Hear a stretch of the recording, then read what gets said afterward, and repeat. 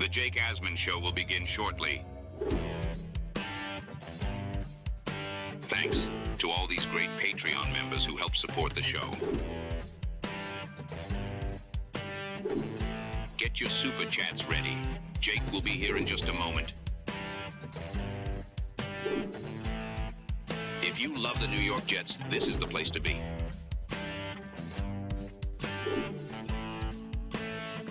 And now, the Jake Asman Show. Will Haason Reddick ever play for the Jets? We'll talk about the latest reports about Reddick and his contract with Jets beat reporter Nick Faria. Plus, it's Broncos week. A lot to talk about with that game on Sunday. It's the Jake Asman Show. Let's hit it and get it started. Man, our Jets are primed for a historic season.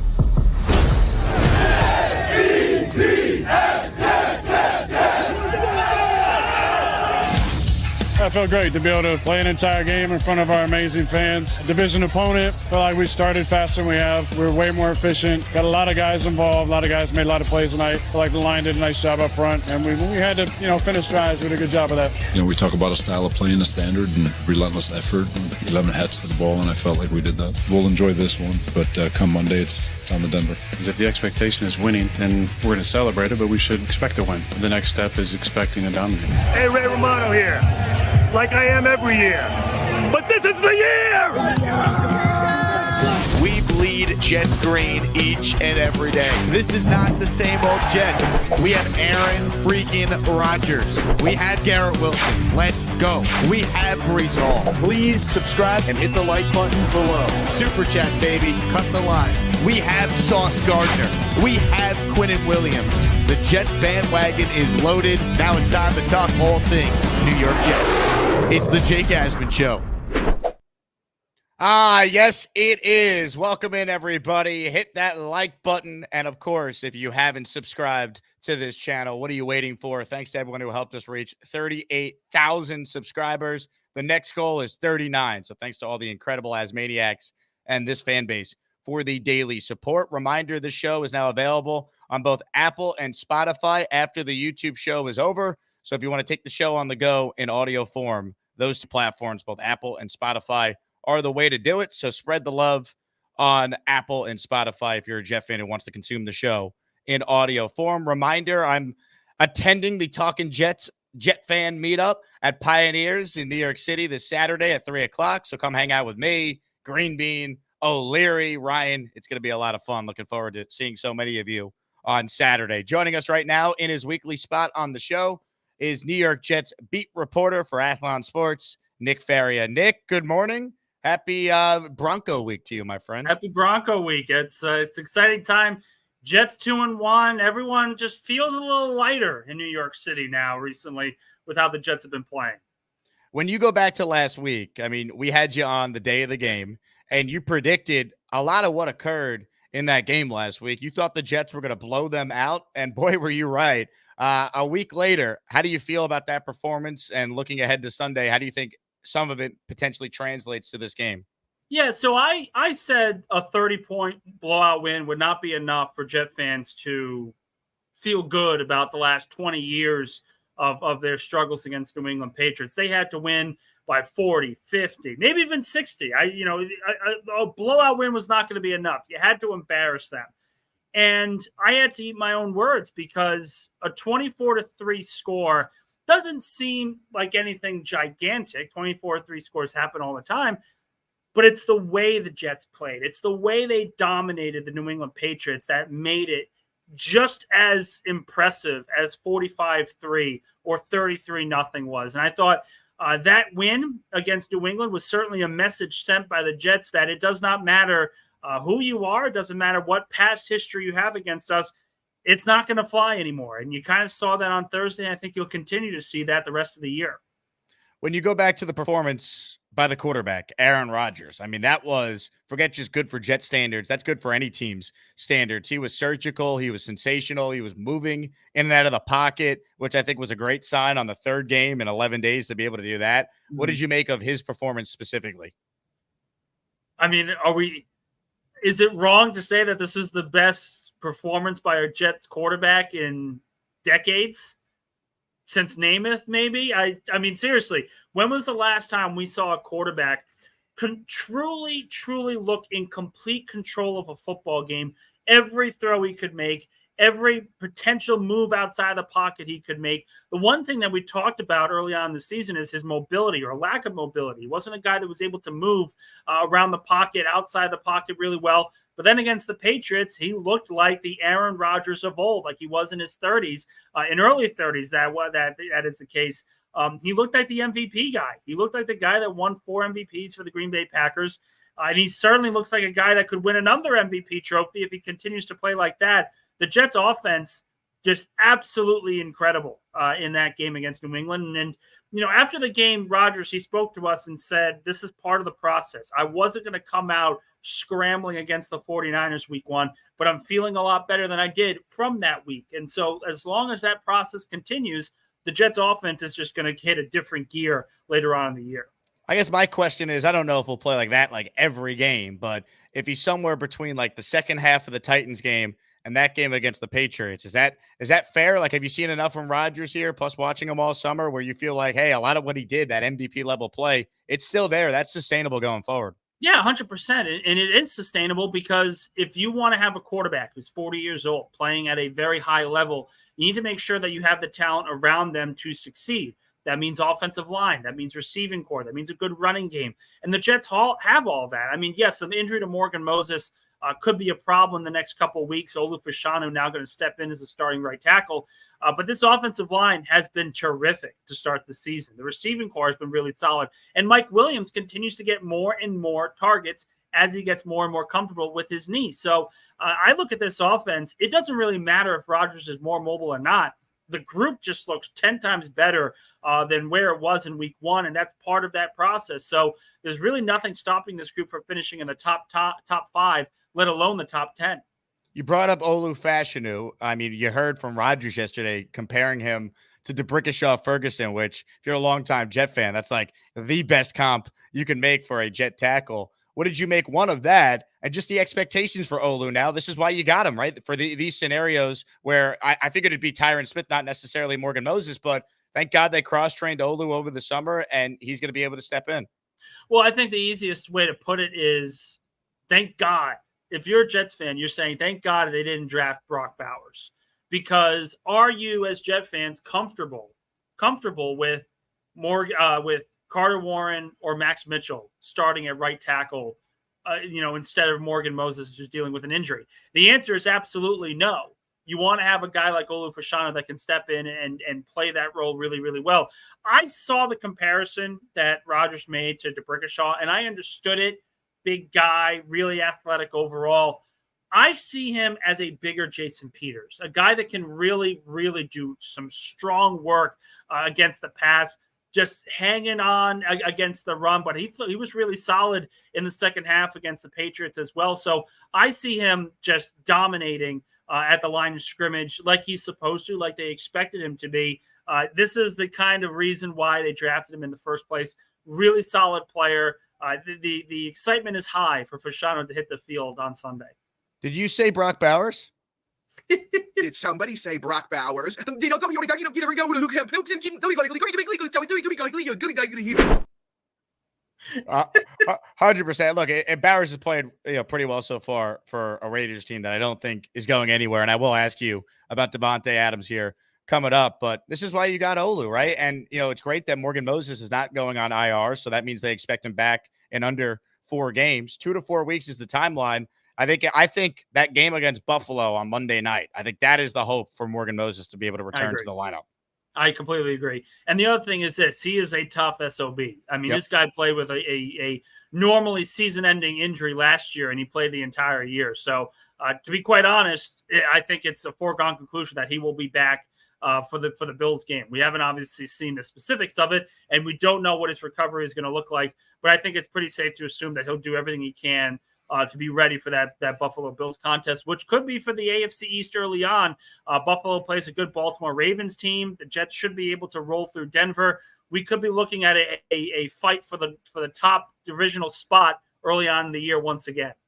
You brought up the offensive line earlier. They have been outstanding to start the year. I think the run blocking will only get better with more playing time for that unit, but the pass protection's been great. Aaron helps with a lot of that, getting him in the right positions and getting the ball out fast. We understand that. But you know what I've loved about this offensive line, Nick? There's been a couple instances where a Jet player, whether it be Rodgers or it be Breece Hall last week, they get hit late or it's a penalty, it's an illegal hit, and it's John Simpson, it's Morgan Moses, it's Tippmann. It's these guys getting in a defender's face, not standing for that. Like this team being on the same page, having each other's back. They were too soft. And I think the offensive line sets the tone in that regard. And it's been great to see just the veterans kind of coach up the younger players on this team and kind of lead the offense, you know? Yeah, 100%. And I will say Tyron Smith, Morgan Moses, Elijah Vera Tucker, Joe Tippmann, these guys are ranked in the upper echelon of players at their position to start the regular season. But the unsung hero has been John Simpson. And to me, I have been incredibly impressed with what I've seen from the former Baltimore Raven. And you look at it, Jet fans, when they signed him early on in free agency, they were not really impressed. They see a guy that struggled in pass protection, struggled at times in the running game, was more of a road grader than anything else, and really struggled overall against some tougher opponents. But I was the one saying, listen, you need this type of grit. You need this type of physicality on your offensive line. That's what Simpson has brought to this group. I think he's been one of the more important pieces, important additions to this Jets team this year, because he's brought a level of nastiness to this offense, a level of physicality they haven't had in recent years. So I look at where Simpson is. I look at where the offensive line is. Truly, just a complete turnaround from last season. And if we are to give our flowers, I think some of it has to do with Keith Carter. The development of Joe Tippmann has been very, very strong. Elijah Vera Tucker being back in his natural position means a lot. And the fact that this group has been cohesive as they are, a big testament to what Carter's been able to do to this point. I think I look at AVT this week, and everyone's going to be wondering, is it a Denver thing with him? Keep him in bubble wrap. Or is it just a Bronco thing, right? I mean, I'm sure he'll talk this week, maybe even later today, in the locker room.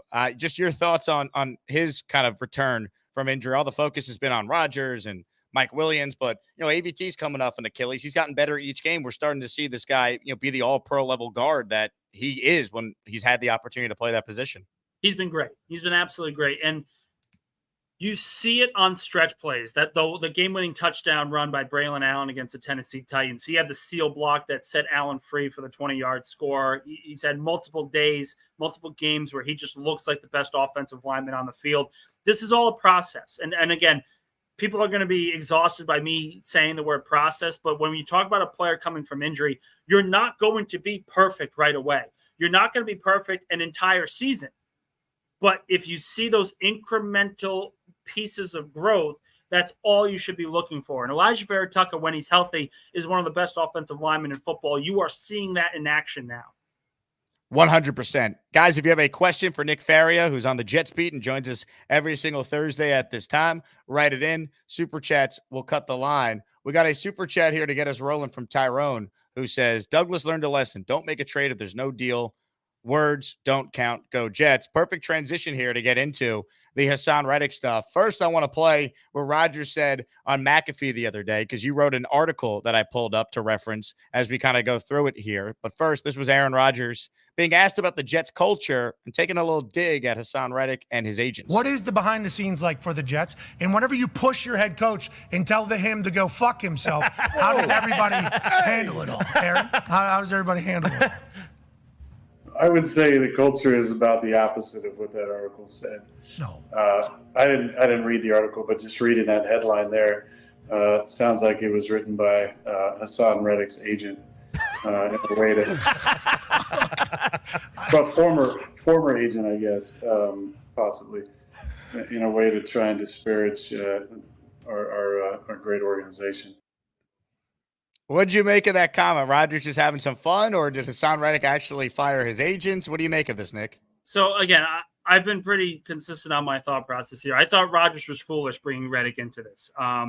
This isn't to say like this is some outlandish thing and it's going to blow up out of proportion and Reddick's going to sit there and talk publicly and say, screw you to Aaron Rodgers. That's not what's expected to happen. But you have to allow players to take and handle their own business personally. You've heard CJ Mosley, Quinn Williams essentially say, hey, we're going to let Haason Reddick handle his business. We'll handle ours. The minute he comes in, we're going to welcome him with open arms. That's the kind of consistency you're looking for in trying to build that camaraderie. Rodgers didn't need to bring Reddick into this. And the fact that he even teased the idea potentially of Reddick actually changing agents makes this even murkier overall, because if he didn't, now the agent's saying, well, now you have the face of the franchise talking poorly about my client.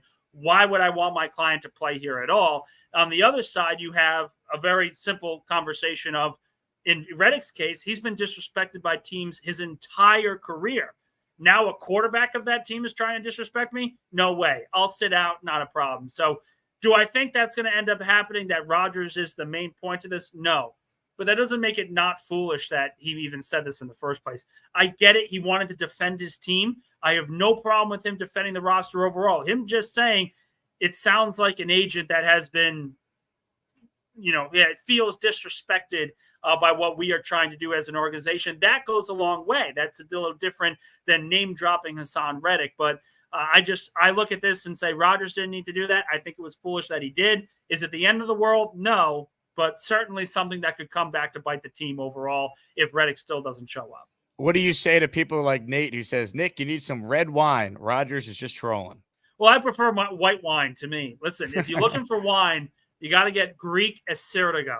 That is the greatest stuff. I had it on my honeymoon. I essentially had one glass. I was hooked, had it the rest of the time. You got to go Assyrtiko 100%.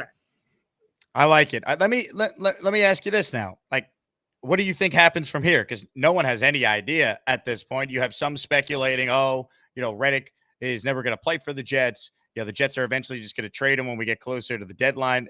I hear that and I think, okay, but why would the Jets do that? And what team would want him? Because it's the same thing. He still is going to want his contract unless he changes his stance that he doesn't want to play for the Jets, but he'd play for a different team on, the existing deal he's under.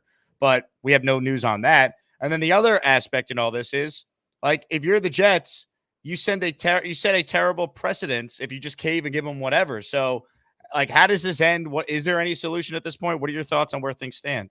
Well, the solution is twofold. Either Reddick shows up before week 10, which is the designation for his contract to essentially be voided and pushed off into next season, or he sits out and says, I'm going to hold my rights and I'm going to, file a motion to relinquish my contract because I've been under contract. This is the final year, whatever.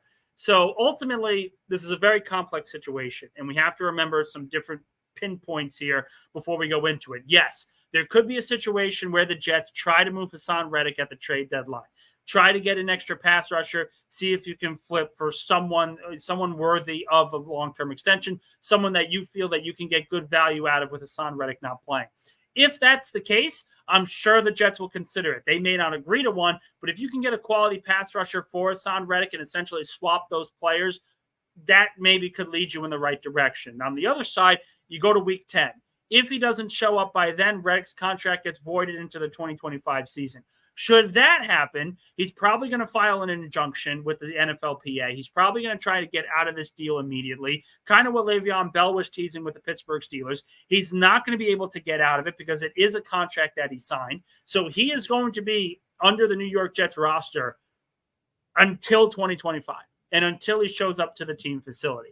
Whether that means sitting out an entire season, whether that means pushing it off to next year, whatever is the case, Joe Douglas has essentially put his head in the sand as well, saying, we're not trading you, we're not signing you, show up to the team facility, and then we will figure out a solution that works best for everyone. So it's a lot of a wait-and-see game. I thought he would be able to show up, maybe see if they could come in and sort of bridge the gap in the contract negotiations. But the Jets' pass rush has actually been pretty solid. They were really good against the New England Patriots. They were solid against the Tennessee Titans. And if that continues going into the next couple of weeks, that changes the momentum of these conversations. Then they don't really need Haason Reddick, and you would want to get some additional depth along the edge. So this is still a wait-and-see game. Maybe some things change overall, but as of right now, it's the trade deadline and then week 10 that are the big talking points going forward. Yeah, the way I look at it is he didn't have leverage until there was a catastrophic injury to a Quinn Williams or a Jermaine Johnson, which then happened, unfortunately, with Jermaine. But the way McDonald's been playing and the fact that the Jets maybe are more open to blitzing more this year and relying on their stout corners to basically lock it up in man and hold it down. Like, they obviously could use Reddick. You want as many great players as possible. And this guy is, a sack artist, but the Jets aren't going to cave here. So I think Reddick is just being a moron. I don't know how else to say it. Like, even Michael Lombardi, who despises the Jets, is calling this the dumbest holdout of all time. Like, Le'Veon Bell, he wasn't under contract. He just never signed his franchise tag. Like, Haason Reddick has already cost himself $9 million. Like, Le'Veon Bell did only cost himself just the salary he would have made that year. Like, even if Reddick comes back and plays, he was only going to make $14.5 million. Well, he already cost himself $9 million of that. Well, listen, and again, you have to understand people are going to be looking for a reason why Reddick is sitting out. And I have been very, very consistent on the fact of why he is. Since he was drafted, teams don't know what to do with him. They don't like him as an overall player. They don't like his overall intangibles. He has felt disrespected from a lot of different teams. Now the Jets are one of them. He is willing to sit out to prove a point. The point being, I'm really good and you need me to succeed. The problem is the Jets are doing quite all right without him.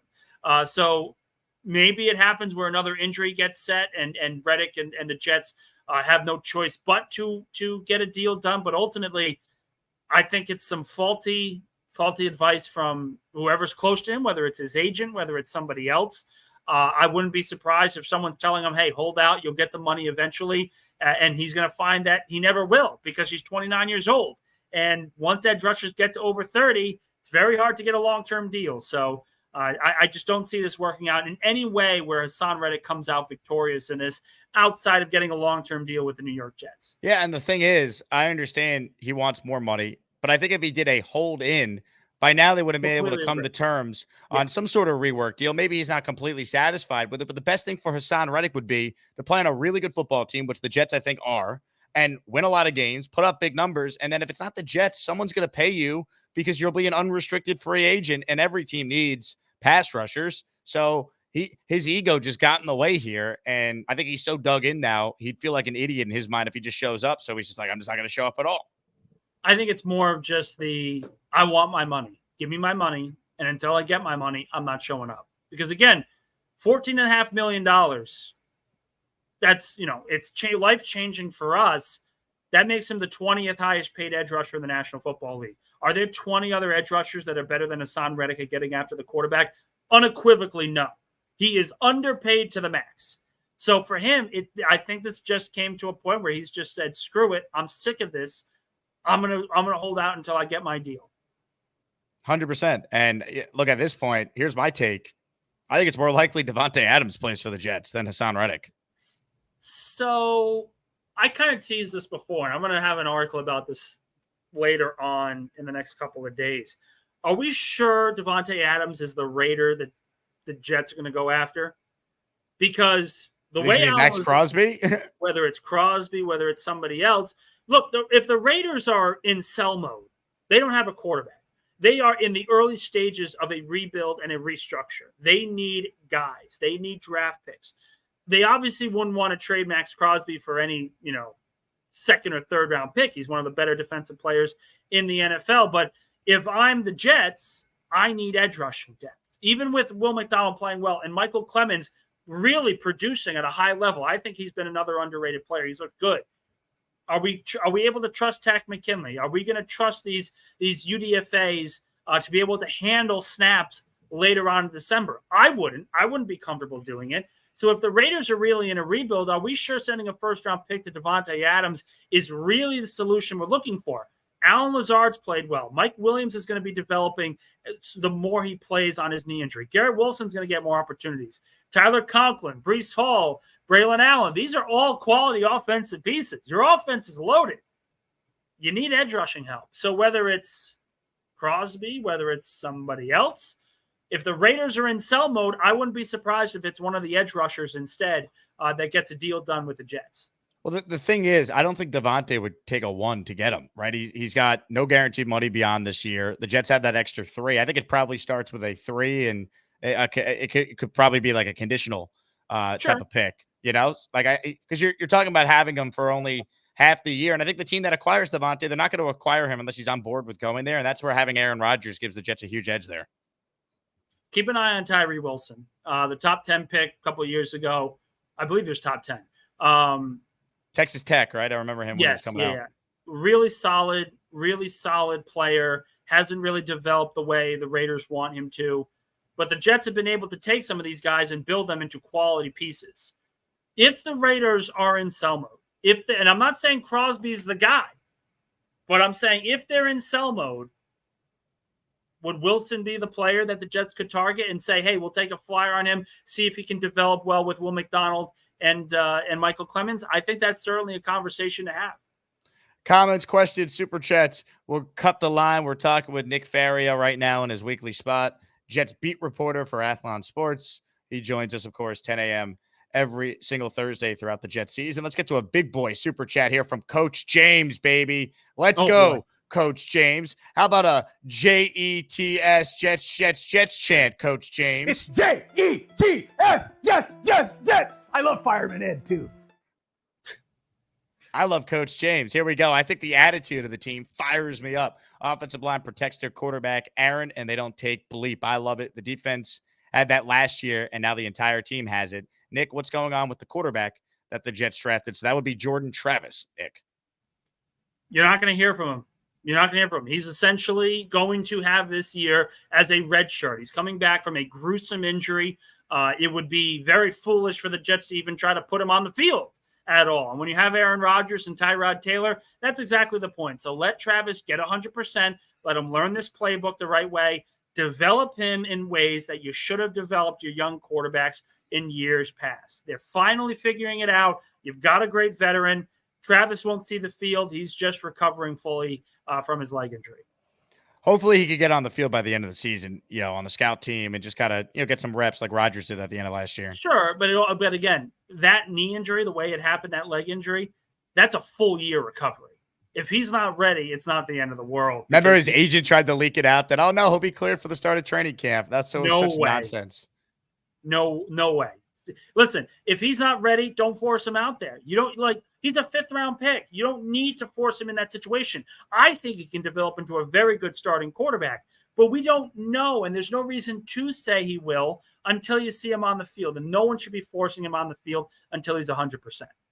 Comments, questions, super chats. We'll cut the line. Big fella writes in, Haason Reddick pulling a Sean Gilbert. It's nuts.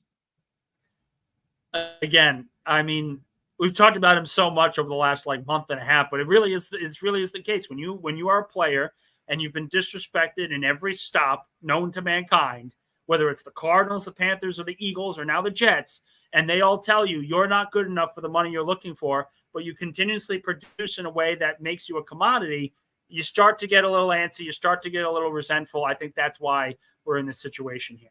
If you're one of the 700 plus people watching live right now, subscribe to the channel. If you haven't done so already, it is free. And we talk Jets each and every day. We got a stacked lineup of weekly guests that join us throughout the Jets season, like the one on your screen right now, Nick Faria, every Thursday at 10 a.m. Fireman Ed and I are currently rearranging his spot for tomorrow to most likely Saturday because Ed took a little vacation after that Jet win for his 65th birthday. So Ed will hopefully be joining us on Saturday. We'll have Joe B Monday morning after the Jet game. We got Parkinson on later that day, Sabo and Fialco on Tuesdays, Parles Wednesdays. You won't find a better place for daily Jets talk than right here on the Jake Asman YouTube channel. A couple questions for you, Nick. We'll mix in some calls as well. First things first, shout out to Ricky NY who says, Jake, that hat's fire. Looking good, my man. This is the Ricky NY special that Ricky sent me last year. So, Ricky, thinking about you, my man. Appreciate your support. Jay Quest writes in, Nick, question, if Reddick shows up week 8, do we save 8 weeks of cap space? My understanding is his cap hit is prorated based on when he shows up. Correct. Exactly that. It is prorated. Right now, there is no, he's not counting towards the Jets cap. He will the minute he shows up to the team facility. Correct. King Lowski says, I'm buying a Gusbuster today. Use promo code Jake, my king. Stay safe down in the South where King Lowski is and everyone affected by the hurricane. Hope you guys are hanging in there. Dixon wants to know, did Nick lose weight? Dear God, it's the black. For some reason, I always look slimmer in black. It's whatever. No, I have not lost weight. I'm starting a little bit of a diet, starting a little calorie deficit, trying to get back to my high school weight where I was a stick and twig. but life and soda got in the way. So let's see. My wife has been yelling at me about this for 6 years now. We've been together, so might as well just start listening to her at 27. J Rod writes in, would you keep Reddick if he played the final 6 games of the season and stood out in the postseason if he helped a Super Bowl push? I mean, this whole scenario of him coming back playing great and the Jets winning the Super Bowl and keeping him feels incredibly unlikely right now. But yeah, if he comes back and is great and they win the Super Bowl, yeah, I'd look to try and keep the guy that would help me win this team's first championship since 1969. Which, by the way, for those asking, what's Reddick going to be like? Let me tell you in person what he is like. I have seen every game of him in the Philadelphia Eagles uniform.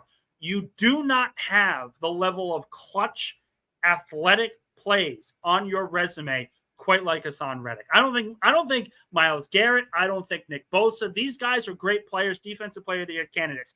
They don't have the kind of clutch highlight plays that Reddick has had over the last 2 seasons. He absolutely can do that. And if he does, you give him whatever number you want because you're trying to repeat for a Super Bowl if that's the case. Comments, questions, super chats. We'll cut the line. Appreciate everyone tuning into the show today as we continue our conversation right now with Nick Faria. We're presented by Underdog Fantasy. Nick, Jets Broncos on Sunday. I put together an Underdog pick'em entry I want to share with you.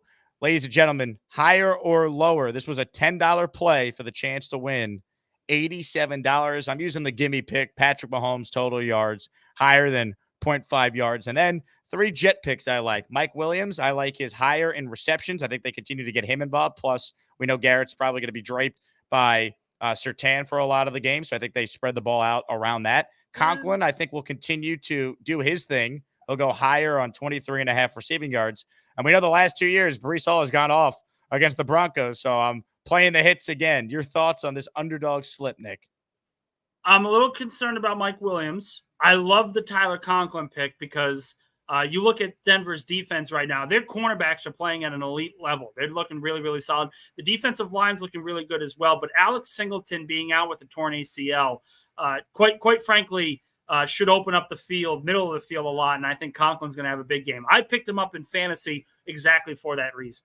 I like it. And, folks, if you've never used Underdog before, check it out. It's a ton of fun. Promo code Asman will give you a significant deposit match with my friends over at Underdog Fantasy. So shout out to Underdog for being a part of the show. Once again, use promo code Asman when you sign up, and you can make the same picks as me or make your own for any NFL game, including the game tonight. You got a thought on Thursday Night Football? I mean, you know a thing or two about the Cowboys and Giants, given your fandom of a team in Philadelphia. My in-laws are all Giant fans, and I'm sure one of them is watching. I'm telling you right now, there is not a bigger Giants fan on the planet tonight than myself. I want the Cowboy. Listen, if there's one team, like Jets fans, you have it with the Patriots. If there's one team that I just wish bad things happened to every single year, it's the Dallas Cowboys. And it's not even close. Not even close. So I look at it and say, Cowboys are 1-2. The Giants are 1-2. I'd rather do the Giants be 2-2 than the Cowboys be 2-2. Bury the Cowboys as much as you possibly can. I don't think it's going to happen. I think the Giants stink, and they're not going to be able to pull off an upset. If they do, I will be the happiest man on planet Earth. That's just me. Makes sense to me. I understand. I respect the hatred. You got to. I'm the same way with the Patriots. So much, man.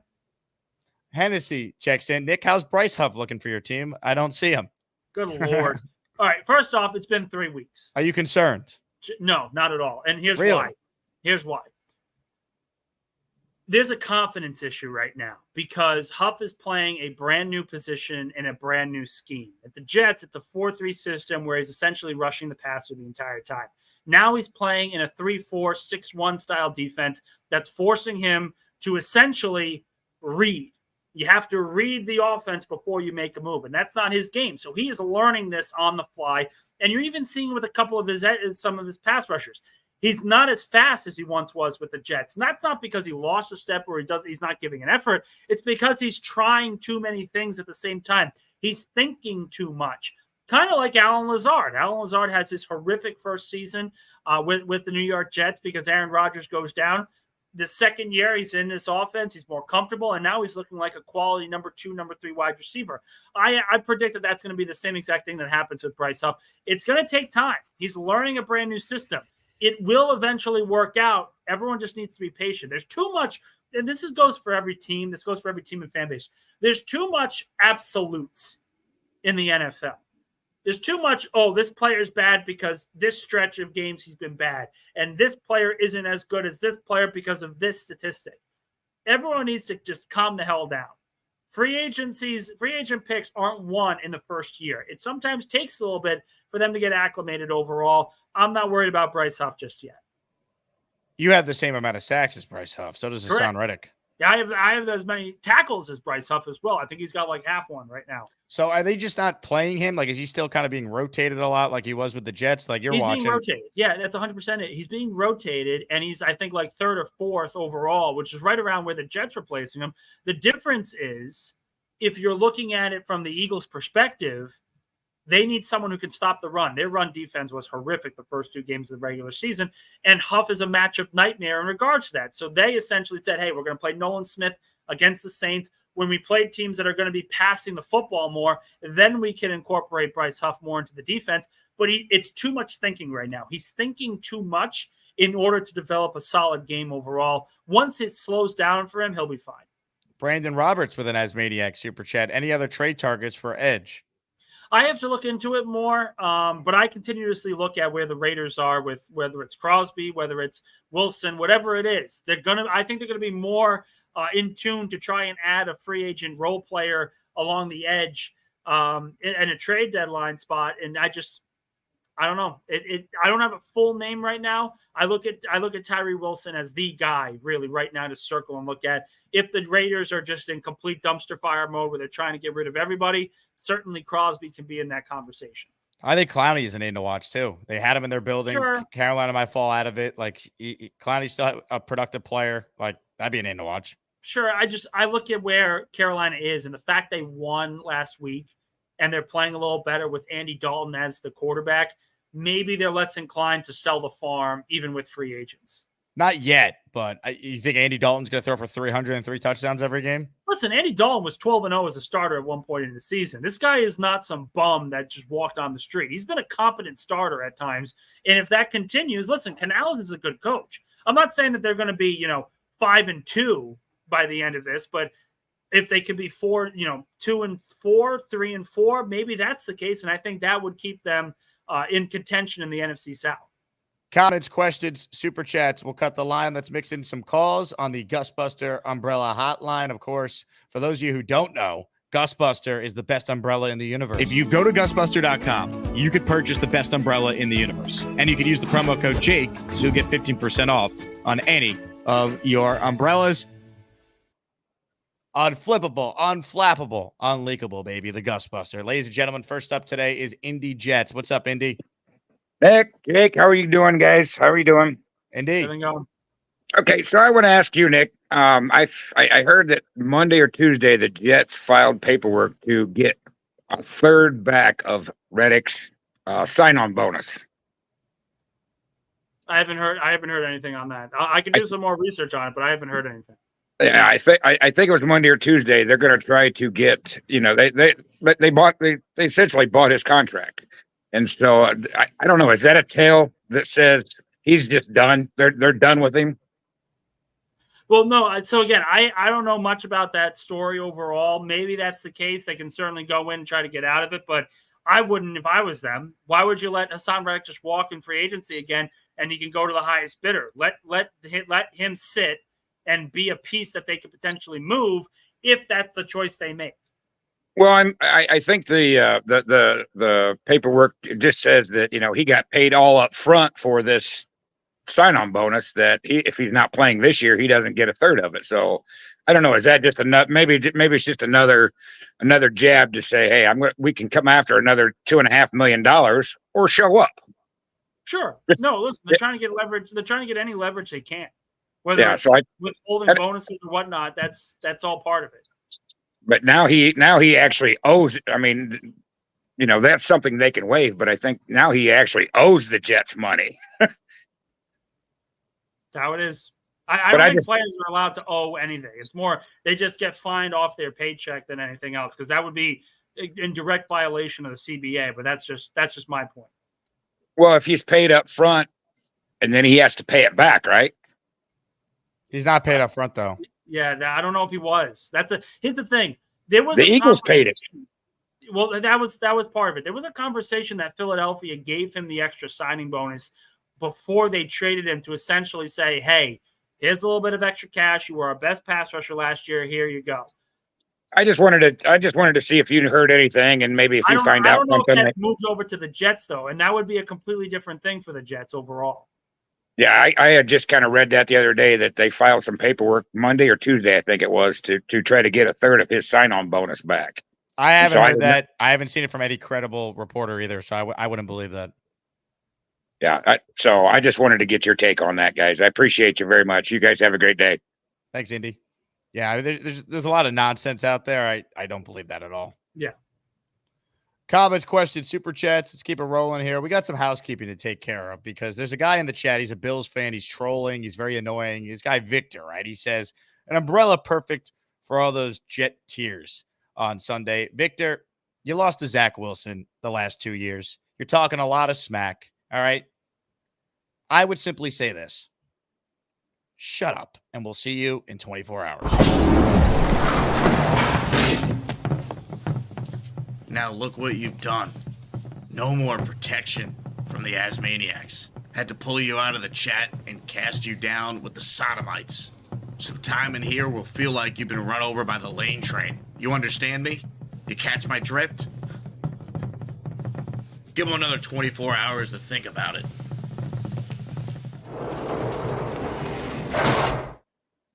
Had to take matters into my own hands. That's amazing. His comments are just brutal. Gator writes in, Nick, can Reddick just stop being stupid, or is he inherently dumb? So I know there was a story out in Philadelphia after their collapse last year where a particular columnist for Philadelphia spoke to a player on the team. And that player, undisclosed player, essentially badmouthed Jalen Hurts, A.J. Brown, and essentially the entire roster. And essentially saying, you know, the top players are treated as favorites. Everyone else is treated like dogs. And everyone was like, oh, my God, you know, it's terrible. It's terrible. It's terrible. And then about like a month later, Haason Reddick was traded. I'm not going to sit here and say that that was him because Reddick was always a good teammate for his roster overall. I will say there's something here that doesn't add up. Whether it's Reddick not realizing his worth, realizing that he's 29 years old, whatever's the case, he feels disrespected in a massive way. And I'm not really sure why he's going to take this into the regular season because that's only going to hurt himself. It's not going to hurt the NFL. Indomitable with a super chat. Team chemistry intact through Reddick's ordeal. Yeah, because that's the other thing I think Reddick's can't miscalculate it here. Like typically holdouts could be distractions. If that player is really good, he's been around the guys. Like Reddick has no built up equity with any of his teammates. They don't know him. He's never been there. If this was Quinnen Williams last year, yeah, it would be a big deal. Different story. Not the case this year. And it's part of it. He's joining a new team. You can't go in there and say, I want a new contract and I'm going to hold out for it. And then the Jets say, okay, fine, hold out. We'll find you. No problem. And then do nothing about it and then expect everything to be, you know, everything to just fall into shambles here. Because clearly it hasn't. They're 2-1 and they've played some really good football. The great Ricky NY says, Nick, your thoughts on Jet signing former Eagle Jay Mills? Yeah, so the Green Goblin, and I will preface this by saying to Jet fans, you're not getting a lockdown corner. You're not getting a lockdown safety. You're getting a hard worker and a very dependable player. He was a starting corner, their number one corner on the Super Bowl team in 2017. The work that he did against Stephon Diggs, Adam Thielen, and Julio Jones in that playoff run was very, very impressive. But he was never a lockdown guy. He was a seventh-round pick out of LSU. The fact that he can be versatile enough to play safety and corner is enough for the Jets to make this signing in the first place. If Chuck Clark is not fully healthy, if Michael Carter is not fully healthy. So this really made a lot of sense. Douglas knows who Jalen Mills is due to his time in Philadelphia. Really seems like a quality player that the team can trust as a role player going forward. Ladies and gentlemen, if you're watching live right now, thank you very much. We're talking with Nick Faria. We got 830 in the chat. So appreciate everyone tuned in live. Make sure you guys check out Nick's work with Athlon Sports. Follow him on Twitter/X. You see his handle there on the screen at Nick_Faria 1720. So check that out, folks. I'm on Twitter at Jake Asman. If you want to give me a follow there, Instagram as well at Jake Asman, and TikTok at Jake Asman Show. That's right, Nick. I'm in TikTok. I've gone viral on TikTok the last couple of weeks. I don't even know what I'm doing. Amazing. Listen, you got to get everywhere. Get to reach out. We're multifaceted on this show. Ladies and gentlemen, if you're going to London, Jet fans, we've been talking about it the last couple of days on the show. I am hosting a Saturday night party of champions at the Hippodrome Casino on the 4th level. Come on down and join me and a bunch of crazy-ass maniacs. Gangrene UK will be there. Gotham City crew will be there. For those who don't know, Gangrene UK is the largest Jets supporters club in the UK. So if you want to hang out with a bunch of great Jet fans the night before Jets Vikings, this is the place to be. Free party, 18 plus. Just RSVP in the link in the description. Or RSVP, yep, with the link I have in the description, and it will take all of 15 seconds to do so. Tony says, did you know Gary V shared one of your TikToks? I did, actually. Yeah, he shared one of my Instagram reels. I appreciate that. You know, it's amazing, right? I've met Gary in person multiple times. He always will tell me he'll come on the show, and I believe him because I had him on radio before. And he tells me who to reach out to. I reach out to. They either never get back to me or he's unavailable. And I'm like, so you mean to tell me Gary V, who's Mr. Jet, is sharing some of my stuff? I know he watches the show, but we can't get him on the show. And he had a book that came out a couple months ago. And I'm like, he should promote it on this show because my audience will support him. They don't see it. So everyone tweet Gary V. He needs to come on the Jake Asman Show because the only way to do it is to go directly through him at this point. His handlers stink.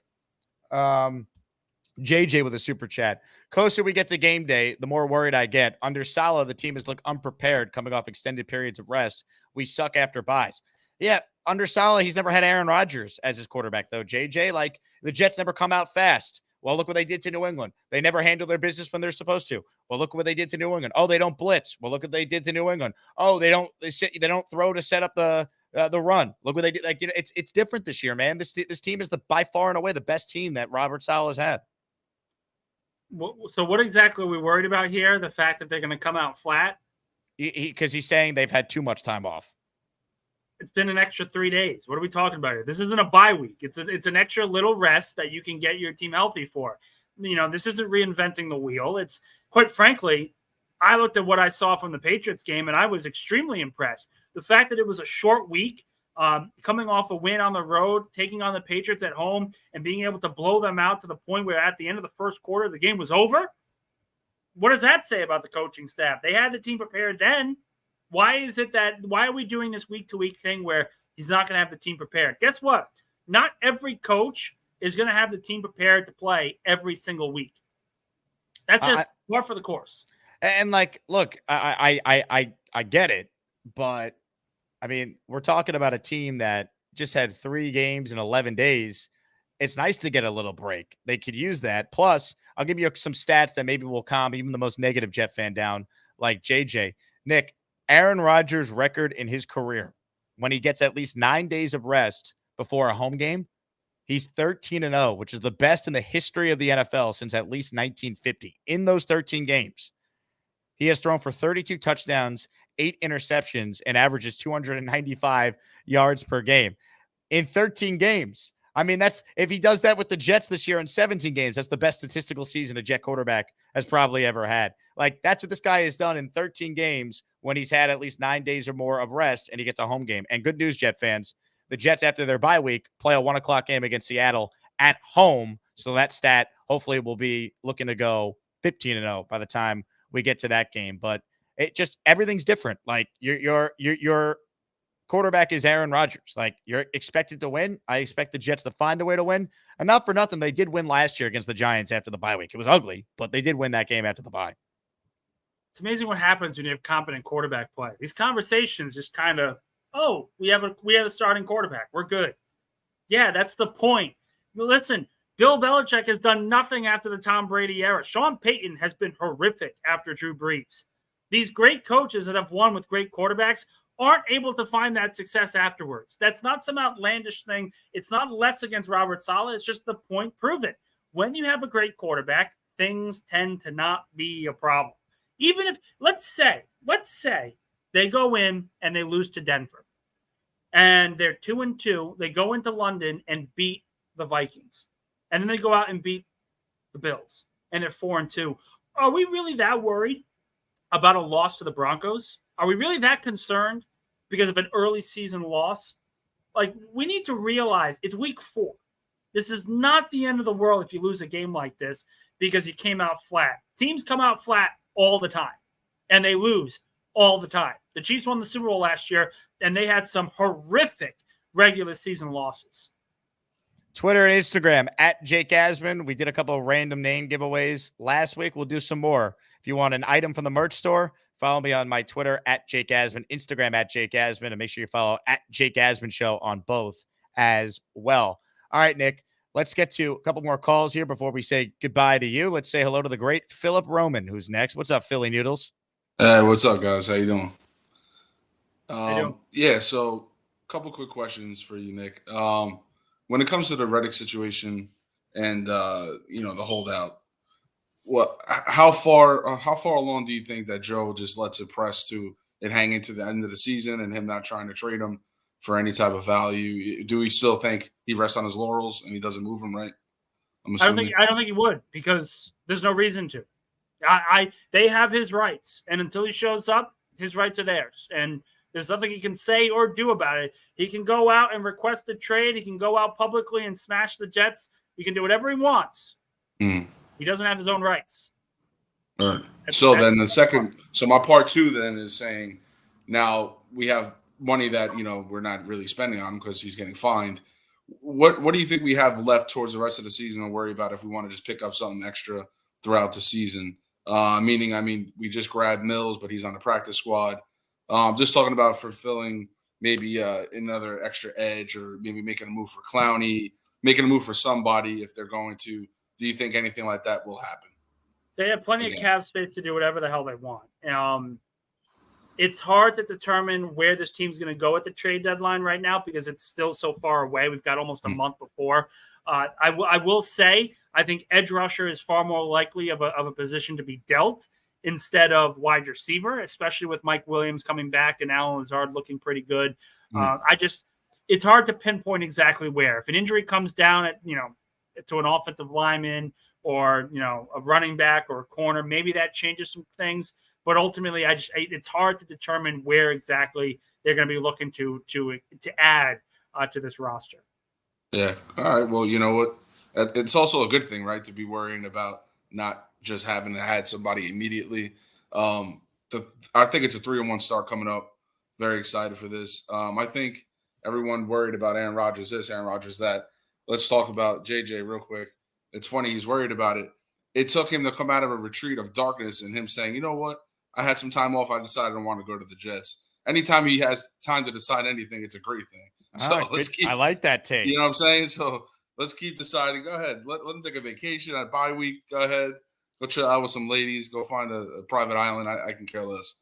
Just come back ready, which he always is. So let's keep it moving.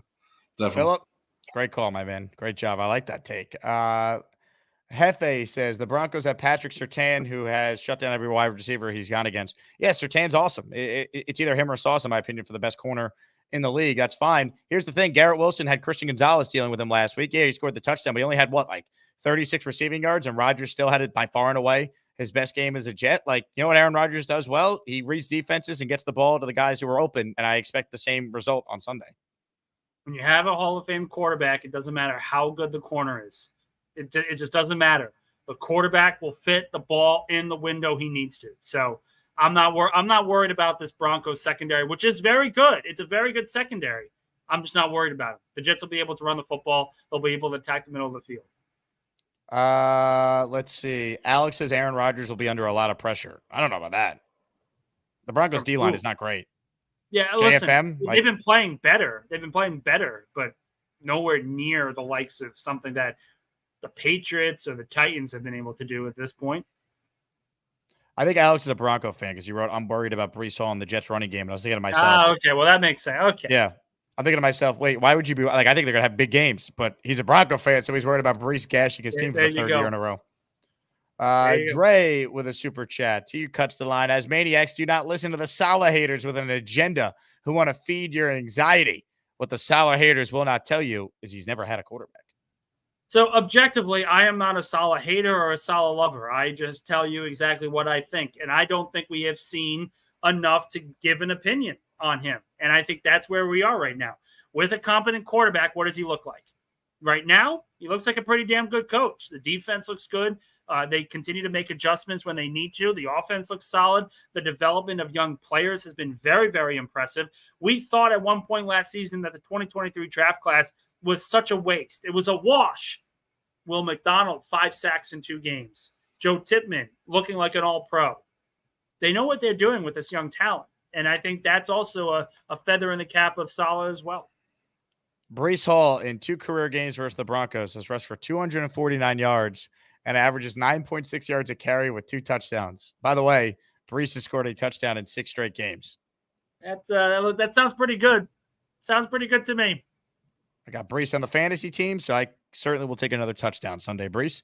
Curly says, win Sunday, no more excuses for receipt boy. Curly hates Robert Saleh more than anyone. It's insane. Well, again, so what happens if they lose?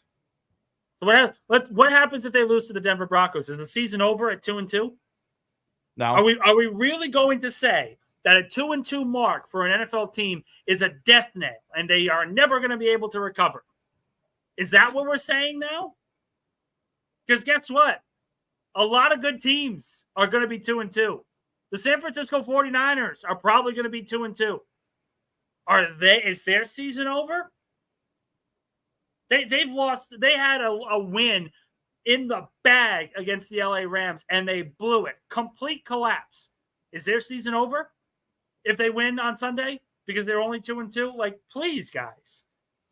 I look at it like this. It's not a must win, but it's like a can't lose. Like, it's a game you got to win. Like, you're at home, you're a 7.5 point favorite. Get it done. Get to 3-1 and go from there. Look, it's a game that you expect to win. And I'm like, yes, the Jets should be able to win. If they don't, not good of getting upset. But to sit here and say, oh, my God, Salah, it's an indictment on Salah, it's an indictment on this. Listen, sometimes you're not going to play well. It just happens. Every team goes through this. The Baltimore Ravens last year were the number 1 team in the NFL. They had the best record. And even they came out flat a couple of times. This isn't like some be-all, end-all early in the season. Henny Heisman wants to know how many receivers get a catch this Sunday. 8. I'll go with 6.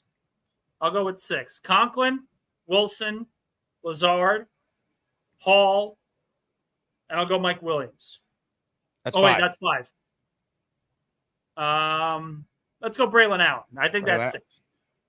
I like it. Matthew says, is 0-3 really the end of the world? Remember the 2018 Texans, Jake? Well, with the extra game now, it's less of a death sentence than it has been in the past. That said, like that's a rare circumstance. 0-3 is tough. Now, it depends who you are. Like the Bengals maybe aren't dead because they have Joe Burrow, but like certain teams that are 0-3, like yikes.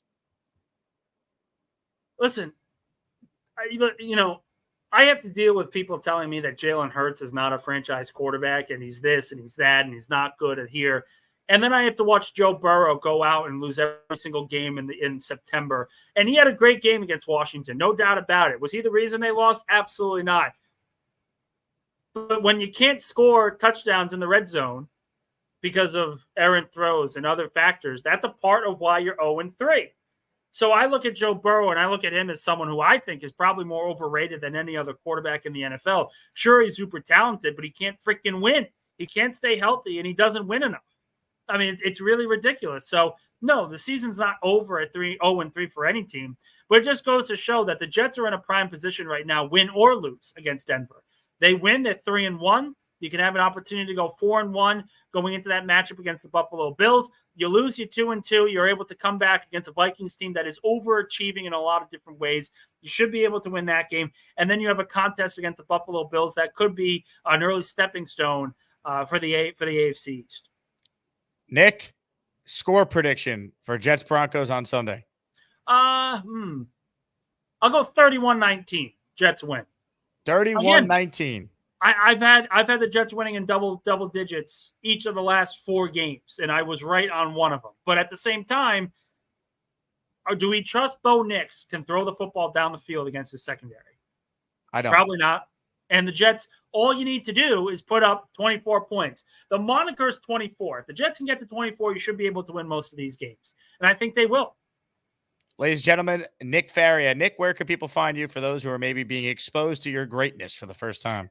Yes, Nick_Faria 1720. That's my Twitter handle. Make sure you guys follow me there. All my content, all the publishing and whatnot goes on there. So all the support is appreciated. Ladies and gentlemen, Nick Faria. Nick, I'll talk to you soon, man. Appreciate your time Sounds as good. always. Thanks so much. Nick Faria in his weekly spot covers the Jets for Athlon Sports. Love having Nick on the show. Gives a good perspective as a non-Jet fan, just calling it how it is on the Jet beat. Hit the like button if you're just tuning in. We're at 269 likes right now. Nice. Let's get to over 300. We still got 850 people watching live right now. Reminder to join the Patreon, especially if you're going to London. People have been asking me about tailgate details for the London game. If you're going to London, you want to tailgate, I have all that info in our Discord. So there will be a tailgate. I will be there. So I could share all that if you join the Patreon and gain access to the Discord, patreon.com/Jake Asman Show. Comments, questions, super chats, all that good stuff. No one has become a channel member during this show. So be on the lookout for someone to potentially make it rain. We got a lot I still want to get into, but I think we all need to remind ourselves who the quarterback is for the New York Jets. So here's Dan Orlovsky with that reminder. One of the big takeaways from the game is you got to see all levels of the greatness of Rodgers. The talent, but obviously the experience and the awareness and the IQ.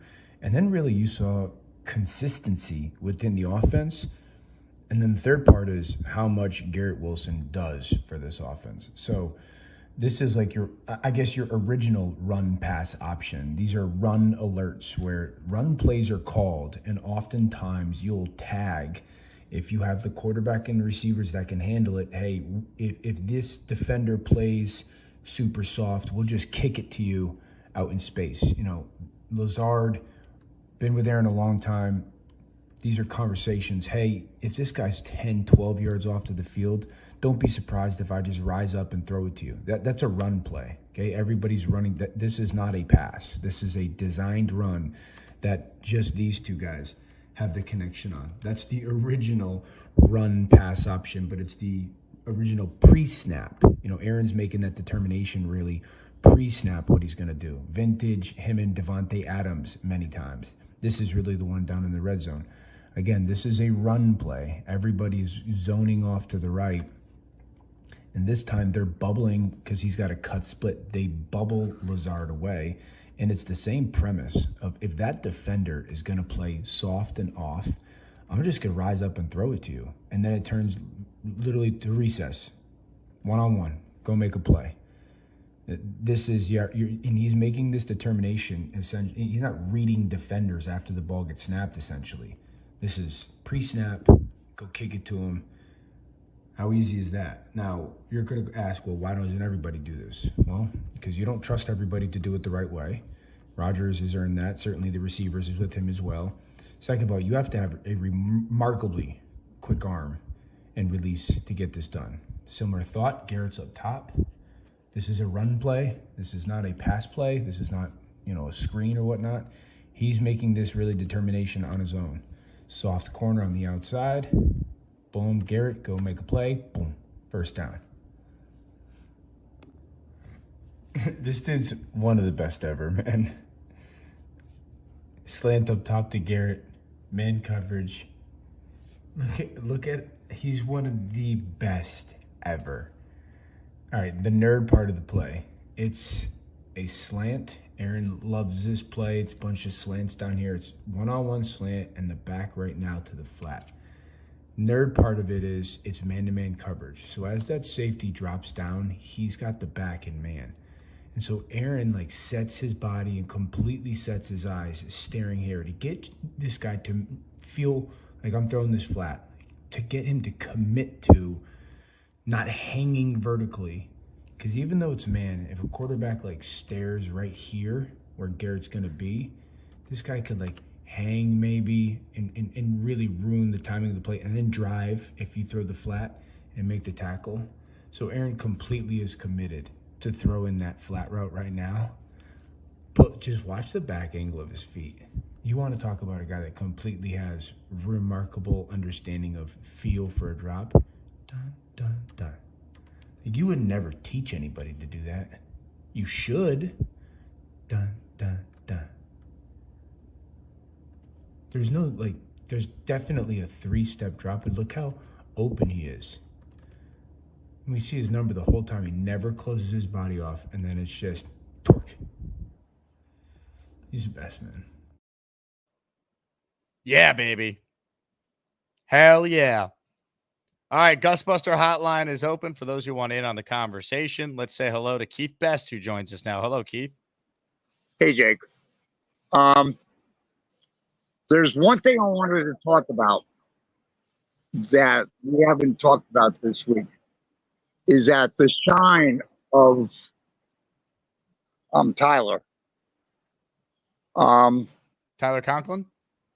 Yeah, Conklin. Yep. He was amazing this week. I got background feed going on. But that guy, we were talking about during the draft that we're going to get Bruce, whatever his name is. And talking about Brock Bowers? We had to deal with Rutledge and Conklin. And these guys showed up. I mean, insane. Conklin was awesome. I wish I could have been to that game. But I watched the Thursday night game from a restaurant called Pig Beach in West Palm Beach, Florida here. And I had like 20 Dolphins fans around me. And I was like laughing at each and every other one of them. And I'm like, you guys are done, dude. And I don't mean to say it that way in perspective. But, I mean, if you watch Thursday night's game, I haven't been to a game like that since the 15-9 we were losing in 1980 at Shea Stadium. And my dad had brought me to the game. And we watched them come back and win. You can't mark these. This is like phenomenal. Keith, we're having a tough time with your internet connection. I'm sure it has something to do with the hurricane down by you, so stay safe. But yeah, I mean, look, the tight ends both contributed. Conklin had his best game as a Jet, career high in receiving yards. He could play. The guy's really good. And I've always been a Conklin guy. Last 2 years, he was top 10 in yards and receptions. He didn't find the end zone because the Jets never found the end zone for anyone. They had 18 total offensive touchdowns last year. 18. The Jets have already scored 9 this year in 3 games. So they got the quarterback now. Changes everything. And you're down in Dolphin country. They don't have a quarterback. They got Tim Boyle maybe starting this week. Good luck. I don't feel bad for them at all. Hope Tua recovers. But, oh, my God, the Dolphin fans running their mouth all offseason, all last year.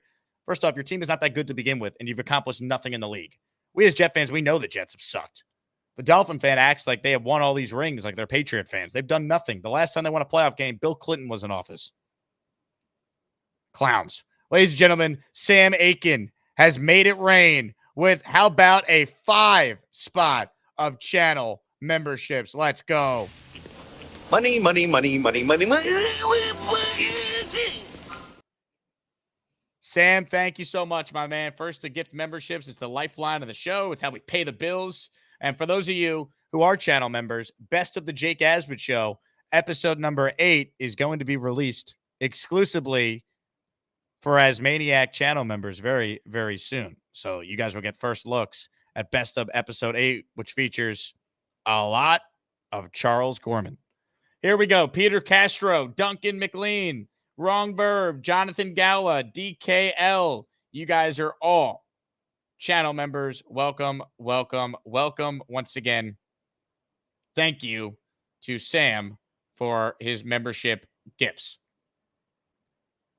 Comments, questions, super chats, keep sending them in. Got some open phone lines if anyone wants to call into the show as well. Mr. Flowers with an Asmaniac super chat. I'm a couple minutes behind, but I love how your guests are becoming more comfortable calling out the foolish/overreacting fans in the comments. It's true. People on this show, they know how it works. I'm not afraid to voice their opinions. I love it. Mr. Reality just wrote in, Saleh never outcoached anyone, maybe versus the Giants.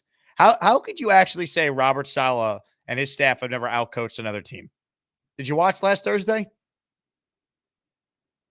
Do I need to remind you they were down 10 in week 1 last year after they lost Aaron Rodgers 4 plays in and came back and won the game and made Josh Allen see ghosts all night?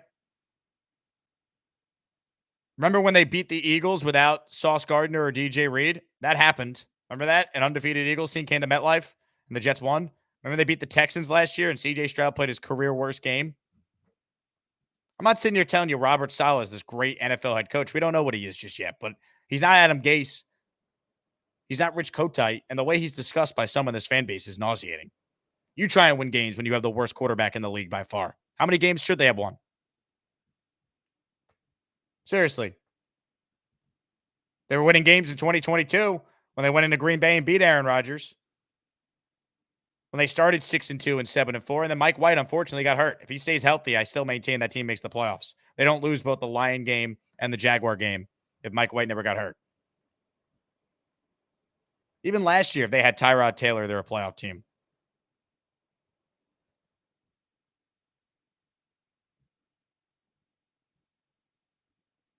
I mean, it's just a silly comment, man.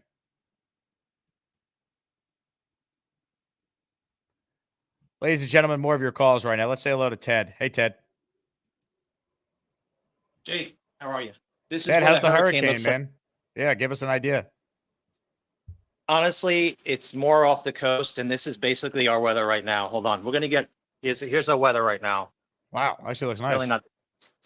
Yeah, it's not that bad. Basically, what happened is we may get some tornadoes and some heavy winds and rain. That's probably it for us. Most of it's in the Panhandle, quite honestly. Couple points. I watched the Broncos and the Steeler game. Okay, Bo Nix had 246 yards passing, 2 picks, no touchdowns, and he was the leading rusher with 25 yards. Okay, I say we go in against them. We go in 13 personnel, and we take Braylon Allen in there, and we slam him in there, and see if they can stop us. Pittsburgh had 150 yards of rushing. So the reason why Tampa, I think, basically got schooled last week was because their secondary was banged up, and we were completely at 100%. So let's go in there. Let's see if they can stop Braylon Allen. Okay, we physically impose our will on them, and then we come out and pass off of that. And let's see, let's see if they can handle that. They couldn't handle it against the Steelers. And one other thing, I wouldn't let Bo Nix do a what's the guy from the Titans? Will Levis on us. You can't let him escape the pocket. So maybe occasionally you want to spy him. Maybe Jamie Sherwood or somebody on him. I wouldn't do too many blitzes on him, but maybe you want to spy him, make sure he doesn't get an escape for those first downs like Will Levis did. So I have a high level of confidence in this game, Jake. Nick says, you never know, but we should come out and dominate this team, especially with Bo Nix. And I do like the Giants tonight, believe it or not. I think the Cowboys are reeling. I don't know if they're going to come back right away. You think they win or the Giants cover? I think the Giants are going to win outright. I mean, they're certainly due to beat the Cowboys. They never beat them. Yeah, the odds would say they would. So, all right, Jake, we're going to hunker down for a few more hours. We should make it through it. So, you have a good one. I'll see you for the late show. Ted, stay safe, man. Appreciate you. Stay safe to all our listeners, which are many, by the way. Florida, I think, it's either our 3rd or 4th most viewed state, which makes sense. So many New Yorkers live down there. It's New York, Jersey. Florida's either 3 or Connecticut's 3. I forget. I think Florida's 3, though, which is wild. Dyke Tyson writes, and the guy Salah got stuck with as a starting quarterback is not even a backup at this point. That's what people don't bring up. Not only is Zach Wilson not a backup in this league, he's a third-string quarterback in this league. He had to fight to make the roster in Denver. Think about that. They won 7 games last year with a quarterback in Zach Wilson, who's now a third-stringer.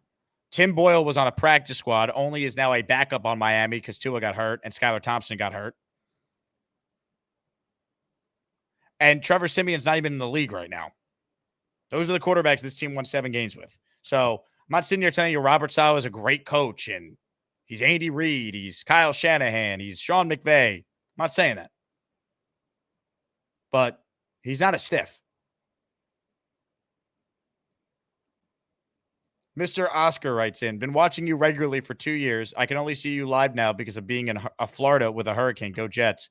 Stay safe, Mr. Oscar. Shout out to you for watching live for once. Yeah, I always have this conversation with people. 98% of the audience doesn't see the show live. So to those of you who watch every day that aren't ever live, I salute you. That's most of you. But to those who do watch live and are a part of our crazy chat or call in, you guys make the show what it is, so thank you. Comments, questions, super chats, we'll cut the line. Make sure you guys smash that like button if you're just tuning in. Reminder that we are presented by Huga House. They have a couple Aaron Rodgers Year 20 hats left. So if you want the hat to honor Rodgers' 20th year in the NFL, the custom hat from Huga House, go to their website, use the promo code Asman at checkout, and you're going to save 15% off. They have it in black, and they have it in green and white. I got the green and white one, which is a snazzy looking hat, if I do say so myself. Promo code Asman at HugaHouse.com to get it discounted. 15% off. Buy one hat. The second hat is 30% off. So check that out if you're interested. Open phone lines right now. No wait time for those who want to call into the show. If you're a first-time caller, you'll cut the line anyway. Appreciate everyone tuned in here on a Thursday. It's been a week already since the Jets last won. Mr. Reality, or Saleh ruined Zach by not having proper coaches. You don't actually believe that, do you? Zach had 2 different offensive coordinators. Zach had an elite number 1 receiver, an elite running back, an elite defense and kicking game. You really think the coaches is the problem with Zach? Come on. How is it every quarterback that ran the offense besides Tim Boyle was not just a little better, significantly better? Zach just can't play. They just got it wrong. That's the bottom line. Quill Ross says, longtime listener, currently catching the show live because I'm at a community service. I'm at community service. Oh, that's awesome, Quill. Appreciate it. Chris says, those hats are awesome. I'm going to go get me one. Promo code Asman, Chris. Appreciate it.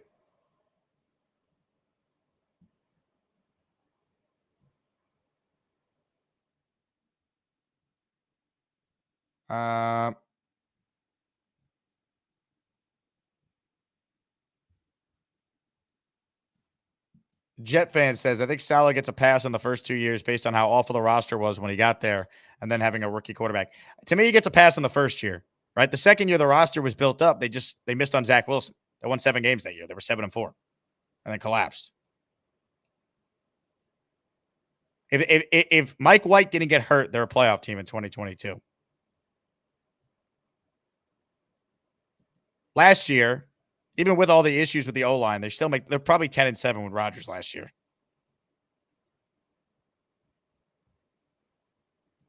Even with the injuries. You need a quarterback, man. Rex Ryan's got a higher winning percentage than Bill Belichick in games without Tom Brady. Sometimes we overcomplicate it.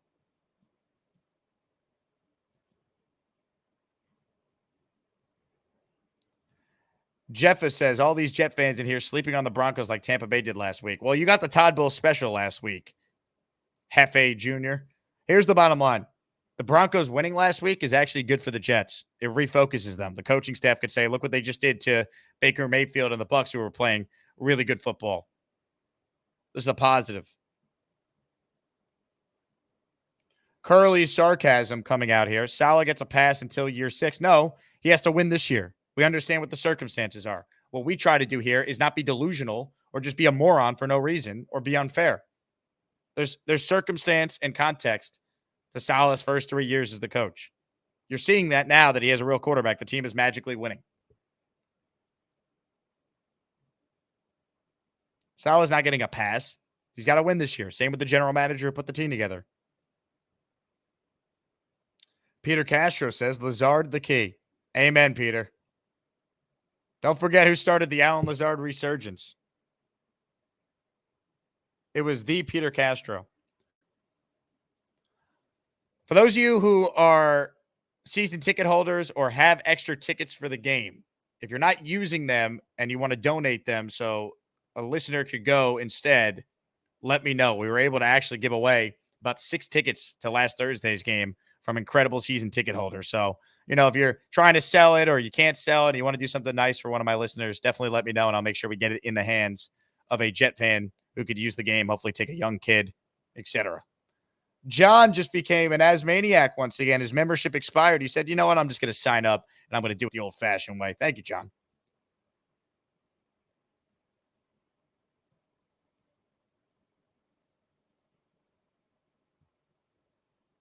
Curly says, would you take Rex over Herm? Yes, I would. Would you take Herm over Saleh? I don't know if I would. I think Saleh's better equipped for today's NFL.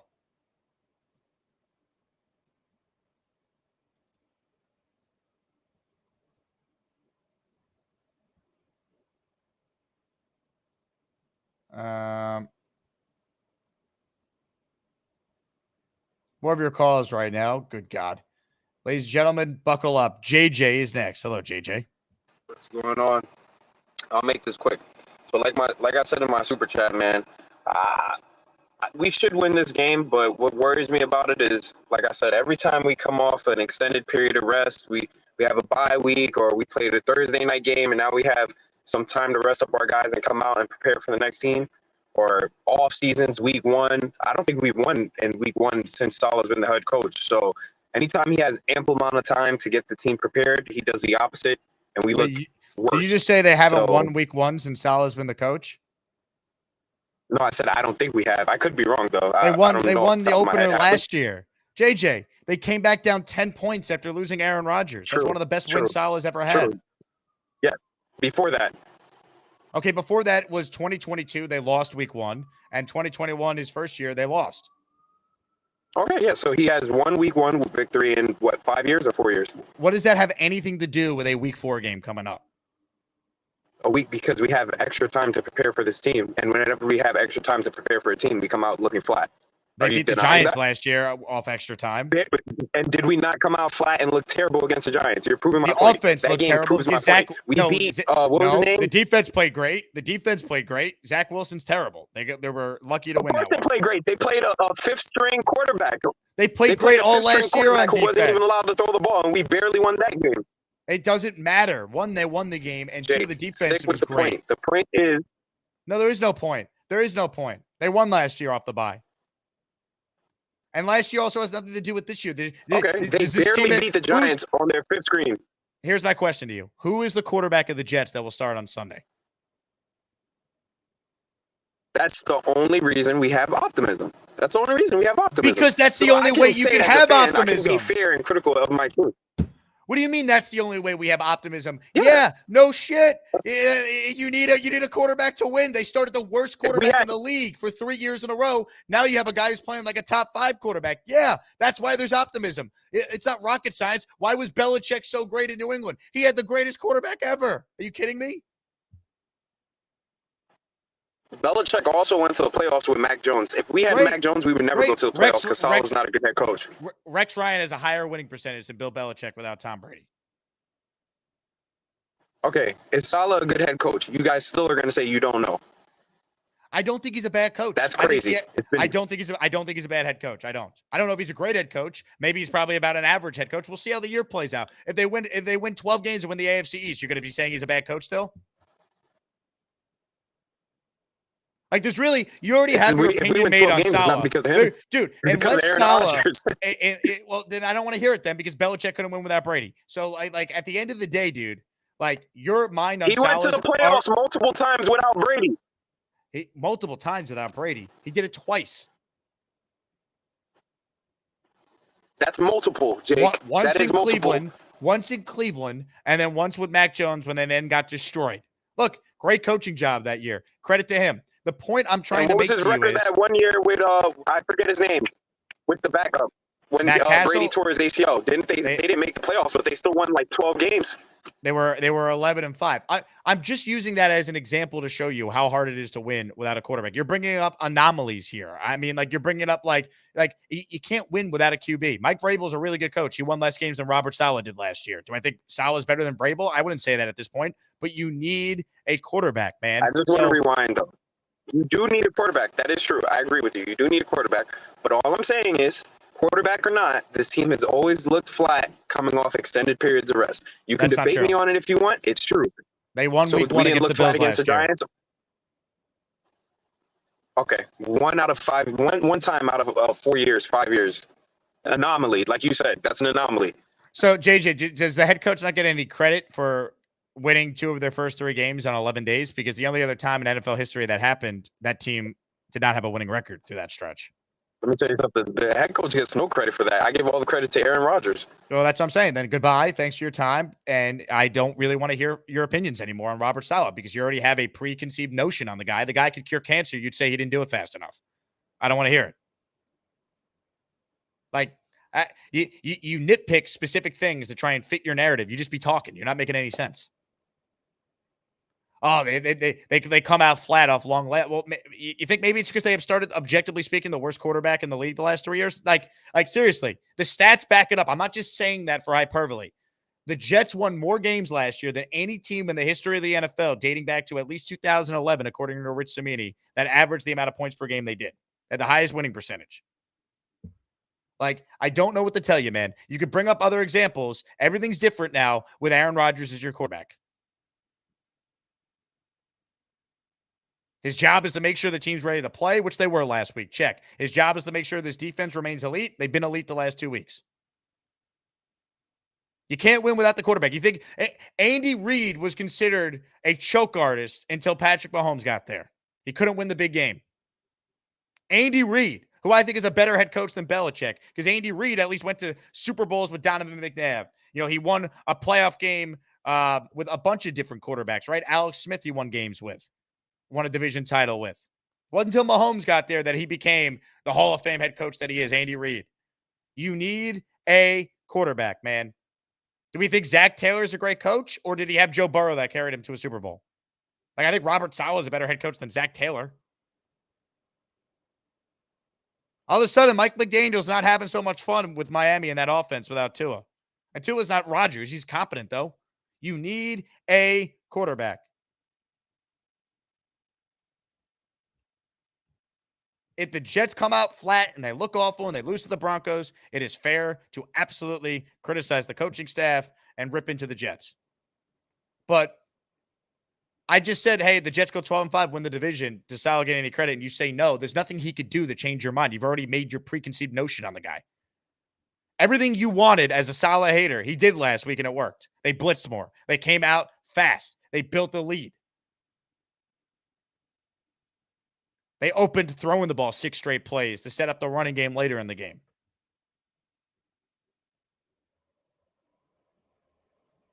Like, I don't understand, man.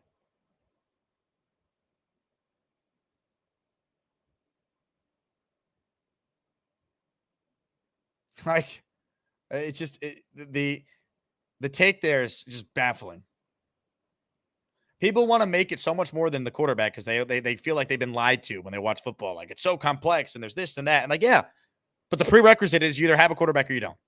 You can't win without one. You can't. And the Jets have had historically bad quarterback play. They just had, let's say, bad quarterback play. They probably win more than 7 games last year. I mean, a year ago yesterday was the anniversary of Zach Wilson sacking himself. What a difference a year makes against the Patriots. Now look where this team's at. Frank L. writes in with a super chat. I've been watching for 2 years now. I'm excited to watch a good Jets team for the first time in my life. I'm 20. Love your stuff, Jake. Thank you. Frank, I'm excited for you to watch a real Jets team because you're 20. That's tough. You're probably too young to remember the Rex Ryan years.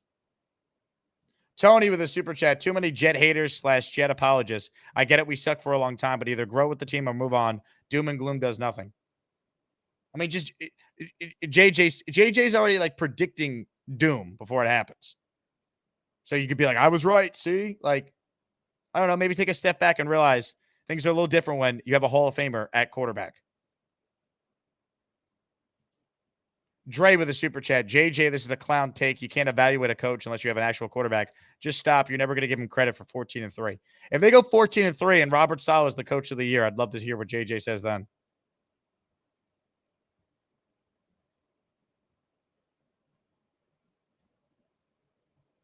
I'd love to hear it. Comments, questions, super chats, cut the line. Ladies and gentlemen, a fired up Phil has called back in, I think, to rip JJ. Phil, what do you got? First off, the first anomaly we have is the fact that we ever get him with a clear connection where his voice doesn't sound like it's crackling in fire with his flaming stupid takes. First off, bro, with all due respect, if you're going to sit here and judge every season based off of third string quarterback help, second string quarterback help, third string, we could do this forever and say every single freaking head coach had a problem trying to decipher how to get a roster going. He was here for one main goal, was to change the culture. He instantaneously did that. We had our defense coming back up primed. It took 2 years. Everyone kicked in. They kept Quinn in. They kicked everybody out. They built the culture up, and that's what he started with first. Second of all, no, I don't even, how many years we got to go back? We got to go back. I don't even know how many years to the Eagles with Nick Foles, Super Bowl win. Every other win has been with either Patrick Mahomes or Tom Brady. So you're telling me Hall of Fame quarterbacks are winning fucking Super Bowls? Excuse my language. This is a miracle. Like, who decided that? Who figured that out? Do we need a poll for people to realize it takes great, immense talent to win every year in and out? Let's even go back to where, you know, everybody's under fire right now. Doug Peterson is under fire already this season with Trevor Lawrence, the guy that we should have lost to fucking go and draft and put on our team, who can't win a game. Trevor Lawrence, the golden child with the golden hair. He can't get it done. Let's keep it going. Josh Allen, he's Jim Kelly reincarnate. He's going to continue to go to the conference and lose. Is it the coach's fault? Like, what are we doing here? You can't keep doing this. It's common sense. Either you have the guy who makes the right play when it comes down to 5 plays scripted each game, that winner decide if you win or go home. That's what it's about. It's a quarterback who goes, I'm going to change my call at the line, and that's what's going to win. Not because I can run through a brick wall. I have my running backs to do that. I need a guy who can lay the ball up, put it in the corner, catch a touchdown, give me the out route, kick the field goal, win the game. Patrick Mahomes is doing that, and he's done it early, which is exciting. That's why it's like, oh, it's predicated that he's the best right now, and that's a fact. But look at Aaron Rodgers. If we put Aaron Rodgers on the Cowboys, they probably already won a Super Bowl by now. Because Dak can't decide what to do with the ball late in games. Well, like, here's where I think coaching the prerequisite is you got to have the quarterback, and then I think coaching could be the difference in the margins. But like, we can't judge Saleh on that because they got to get there first. Like, enjoy the ride. Like, this team has made the playoffs in 15 seasons. Like let's enjoy the ride. And in a big game, do I have some concerns about the coaching staff? I do, because we haven't seen it, but that doesn't mean they can't learn and evolve and be ready for it. Like, you don't know until you're in that spot. Do we fire Mike McCarthy because Dak Prescott keeps throwing balls the wrong way in Dallas? No, he's a good head coach. Saleh's a good head coach.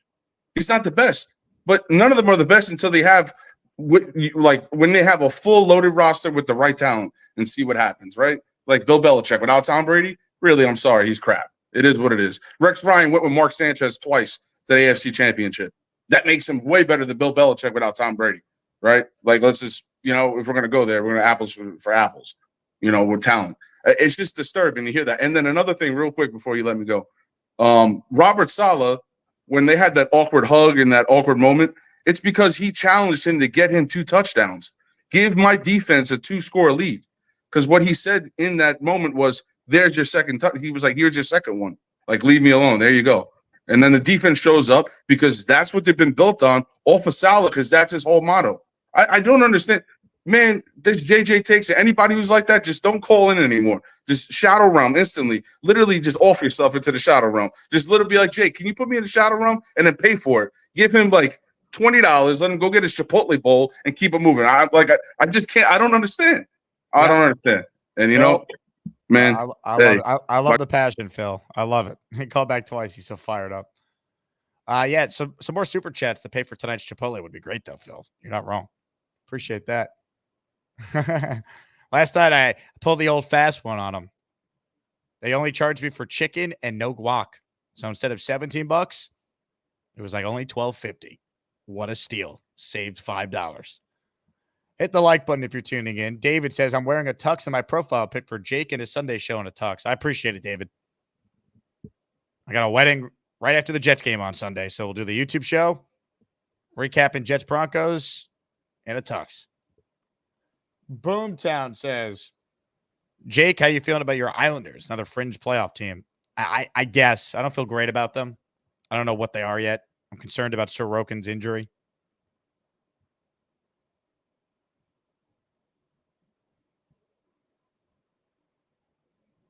But we'll see. I can't even fathom hockey starting soon. And I'm a diehard Knicks fan too, like basketball coming up soon. Tom says black tie affair for Sunday's postgame. Absolutely. If you're calling into the postgame show on Sunday, it's black tie only.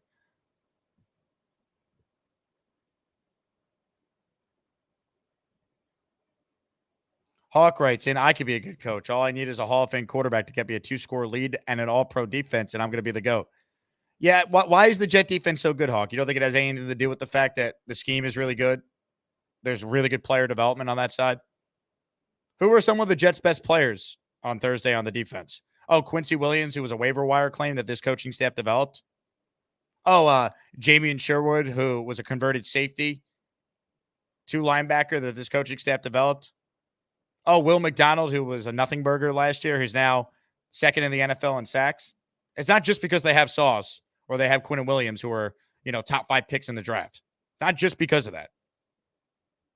They're well coached on that side of the ball. You can criticize Robert Saleh for a lot, right? He's not perfect, but he's an outstanding defensive coach. You can't dispute that. And the one knock was he didn't blitz enough. Well, he did last Thursday.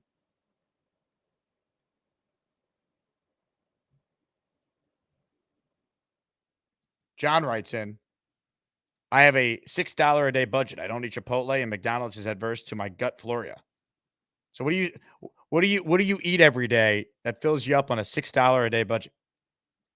2 Sabrett hot dogs, 1 for lunch, 1 for dinner, $6. Is that enough? Hennessy says, Jake, that's Obrick, not Saleh. Isn't it amazing, right? If the defense plays great, it's all Jeff Obrick. If it's bad, it's the head coach. The inconsistencies there from the frauds in this fan base never cease to amaze me.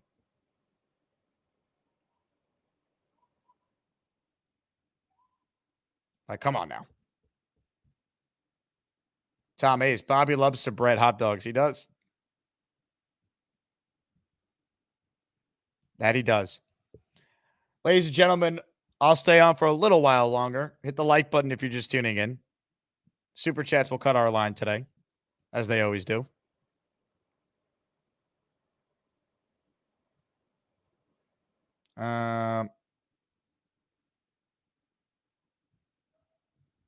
Let's see.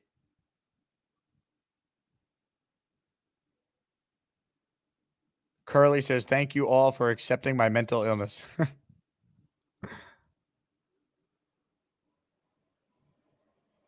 Hawk says, if anything's bad, it's the head coach. He bears the responsibility. That's fine. Right? If they don't win this year, then he deserves the criticism. But I'm also not going to sit here and be like, you are what your record says you are, and act like that's actually true in the case of Robert Saleh, because it's not. You're not what your record says you are. There's context to it. I've watched the games. How many more games would the Jets have won the last 3 years if they just had mediocre quarterback play? So some of it's just bad luck. Rodgers getting hurt on the opening drive of the season last year is horrific luck. That's not on the head coach. That's not Robert Saleh's fault that his GM gave him Zach Wilson and Tim Boyle.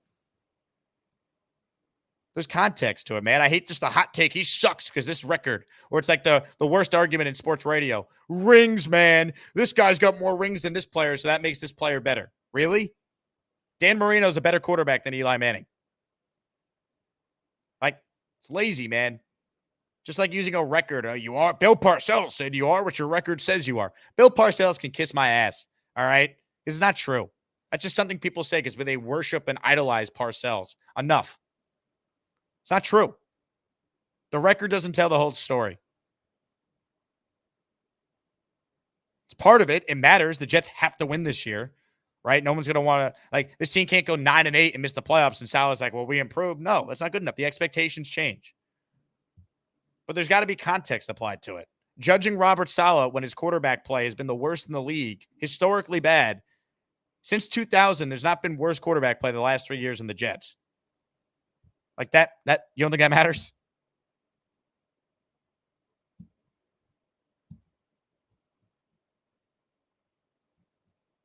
Michael with a super chat. He cuts the line. Moved from the area years ago. I do miss dirty water dogs greatly. Replaced with crab cakes. Meh. Crab cakes in football, Michael? That's what Maryland does. I have a shellfish allergy, so I can't even have crab. There is nothing like a good hot dog, man. Good New York City hot dog.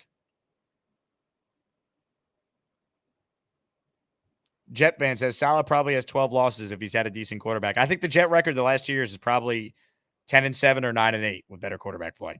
Maybe 2022, I think it's probably even a little better than that.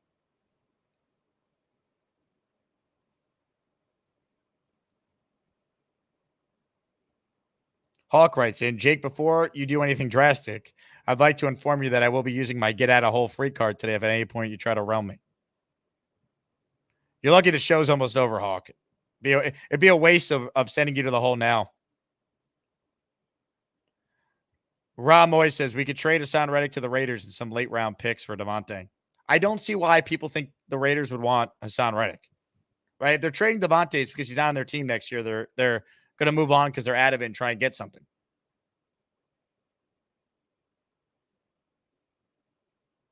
Like, what would the Raiders do with Reddick? They're going to pay him? When they already have Max Crosby? They're not going to do that.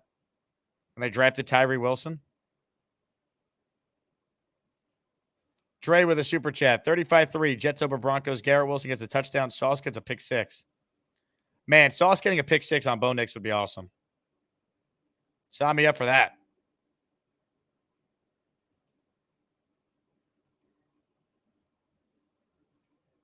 Who do I got to talk to make that happen, huh? The super chats are flowing. Nothing against Salah. I just wish Jets would get the OC situation right. Hackett was better last week. Let's see how he does the rest of the year. Hackett, I thought, has called 2 good games in a row. It's almost like when you have Aaron Rodgers, your coaching staff looks better. Funny how that works. Hackett came out. They threw more. They used Allen and Brees on the field together. They got Mike Williams involved. I think Hackett's had 2 good games in a row.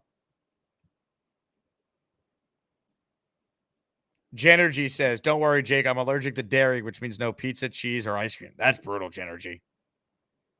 Shellfish allergy is not great, but at least I still could have like salmon and tuna because I like sushi.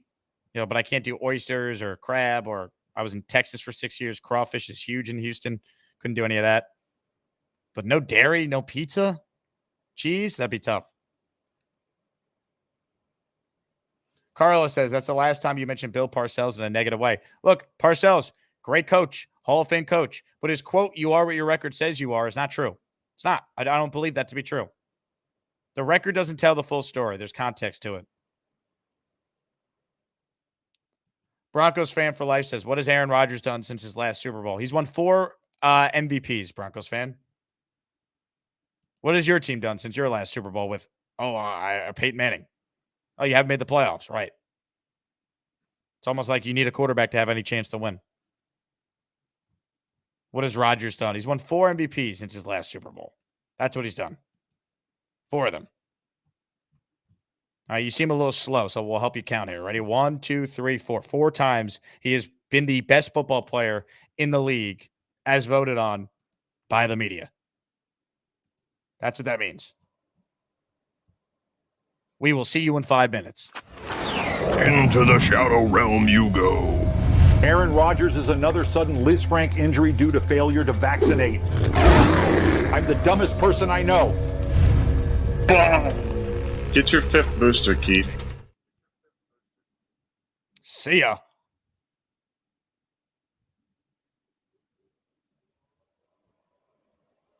Curly says Parcells turned us around, but he also left us in the lurch. Yeah, I mean, he did. But he obviously turned them around. I mean, to go from Kotite to Parcells, like, look at the turnaround. They went from 1-15 to 9-7. But Parcells made a mistake. He should have told Archie Manning that they were taking his son first overall so he doesn't go back to school. Then Peyton Manning would have been a Jet. Instead, our Peyton Manning experience was him recommending Adam Gase. And even though the Jets beat Peyton Manning in the playoffs twice, he still beat them in 2009 in the championship game.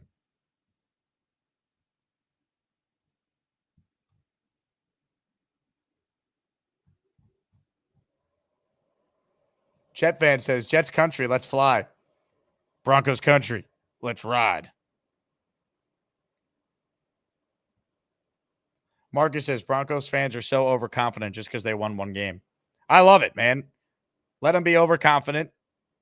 Jets on tape now had to acknowledge, hey, this team, look what they did. We can't cakewalk. We can't overlook them. We got to go beat them. Good.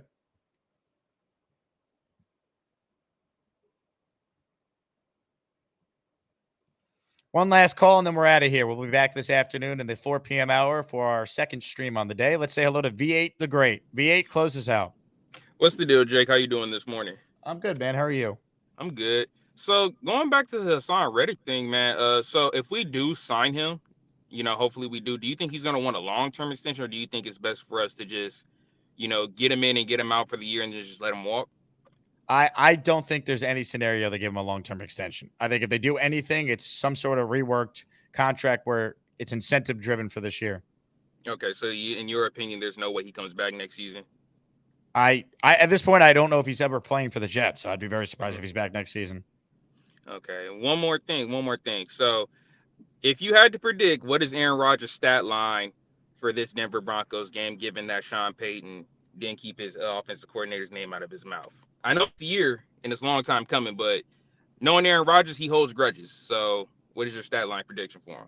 2 touchdowns, 268 yards, and no interceptions. Looks really good. Probably picks up a first down or 2 with his legs again. I think he'll play well. I think Bryce Huff has a big game running, though. That's my feeling. True. I want to see Aaron Rodgers score a rushing touchdown so he can do the belt. I know he hasn't done it in a long time, the discount double check, but crowd will go nuts if he scores a touchdown running. Well, Jake, I'll tune in soon. It was great talking to you like always. You have a great day, all right? V8, I appreciate you, man. Good call. Good call there. This fan base is ready, man. That building's going to be fun on Sunday. Enjoy it. Only 1 o'clock game at home for the Jets until December 1st. Crazy. This schedule is just wild, man, with the standalone games, the night games. Like the game next week in London is not technically a primetime game, but it's a standalone game, 9:30 in the morning. See you guys there, by the way. Come to our event the Saturday before. Speaking of events, once again, for those tuning in late, I'm making an in-person appearance with my friends at the Talking Jets channel, O'Leary, Ryan, Greenbean. We're all going to be hanging out with Jet fans at Pioneers in Chelsea tomorrow, right in New York City, right next to Penn Station. Really cool spot. So if you're a Jet fan who wants to hang out with other Jet fans, that's the place to be. 3 p.m. tomorrow. They'll have all the college games on. It's a great spot. I recommended the spot to Greenbean. So if it sucks, I guess you guys could blame me, but I don't think it's going to suck. Rich, he says, hit the like button. Rich, you're the man. 382 likes, 722 people still watching. Could we get the 400? Thumbs up button. Cactus Johnny says, Cowboys minus 5.5 tonight feels like free money. I think the Cowboys do win and cover. The way they have played, though, I don't know if it's free money. I'd be a little worried. I don't trust Daniel Jones in prime time, though, so I'd probably pick against him. Super chat from Dan, the Jet fan, who says, can you get Iron Eagle on the show before Sunday? No, not enough time, Dan, unfortunately. But Ian's going to be doing a lot of Jet games this year because the Jets are good. So we'll get Ian on the show hopefully soon. AD with an Asmaniac super chat. Garrett Wilson or Jaden Reed in fantasy. When will Garrett have his breakout game? I probably would still play Garrett because he's going to get targets. And I don't know if Jordan Love's playing yet for the Packers. I would probably still play Garrett. Like, even if he doesn't have the yards, he still might find the end zone again, like what we saw last week.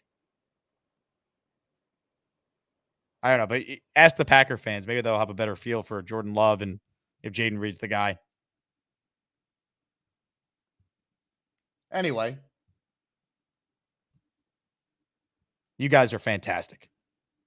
Thank you all for watching. I teased Best of the Jake Asman Show, episode number 8, coming out soon. It's absolutely electric. Become an Asmaniac if you haven't.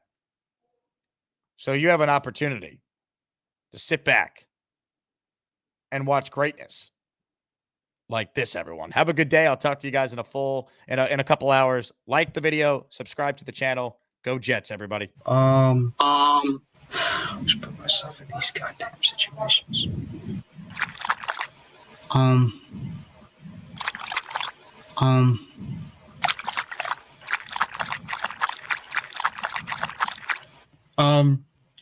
Nah.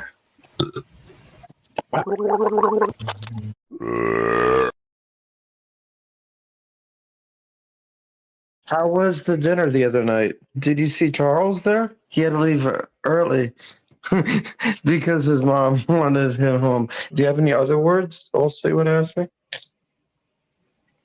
What was your question to me? Do you remember Sam and Darnold? He was good, but then I think he retired because he got old. He's on the Vikings. I wish I can get Charles's recipe for soup. Me too. Yeah, but anyway, Mourners, Knoble is alive. He's just not starting yet. Where is I don't know what happened. I don't know. Lane, thanks for the time. How do you feel about your matchup with Charles Gorman? Oh, looks like a cartoon thing. He has good moves.